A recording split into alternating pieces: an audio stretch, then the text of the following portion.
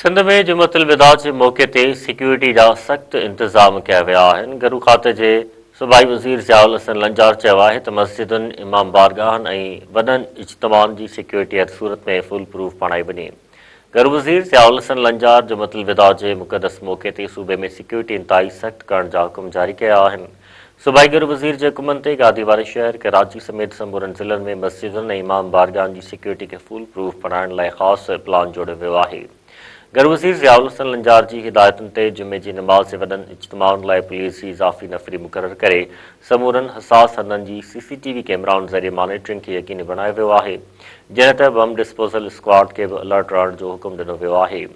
सिंध जे हसास ज़िलनि जी दाख़िली ऐं ख़ारिजी रस्तनि ते चेकिंग जो अमल बि सख़्तु कयो वियो आहे त जीअं कंहिं बि अणवणंदड़ वाक़िए खां बची सघिजे। ज़ियाउल हसन लंजार जी हिदायतुनि ते ट्रैफ़िक अमलदारनि वॾनि इज्तिमाउनि दौरान शहरियुनि जी सहूलियत लाइ जामे ट्रैफ़िक प्लान तरतीब ॾिनो आहे जीअं रोडनि ते रवानगी बरक़रार रहे। गरू वज़ीर ज़ियाउल हसन लंजार चयो आहे त कंहिं बि हंगामी सूरतहाल खे मुंहुं ॾियण लाइ फौरी जवाबी कार्रवाई जा क़दम मुकमल रखिया विया आहिनि। सूबाई गरू वज़ीर आलमनि खे अपील कंदे चयो त हू पंहिंजनि ख़ुतबनि में अमन, रवादारी ऐं भाईचारे खे हथी ॾियण लाइ पंहिंजो मुस्बत किरदारु अदा कनि।